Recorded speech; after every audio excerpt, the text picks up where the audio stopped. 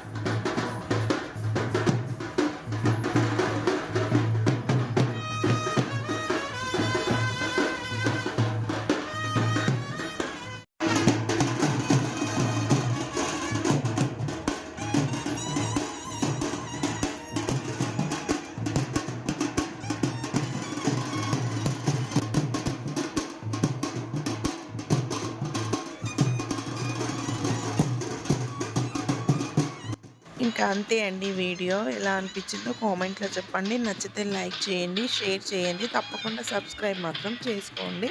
Thanks for watching.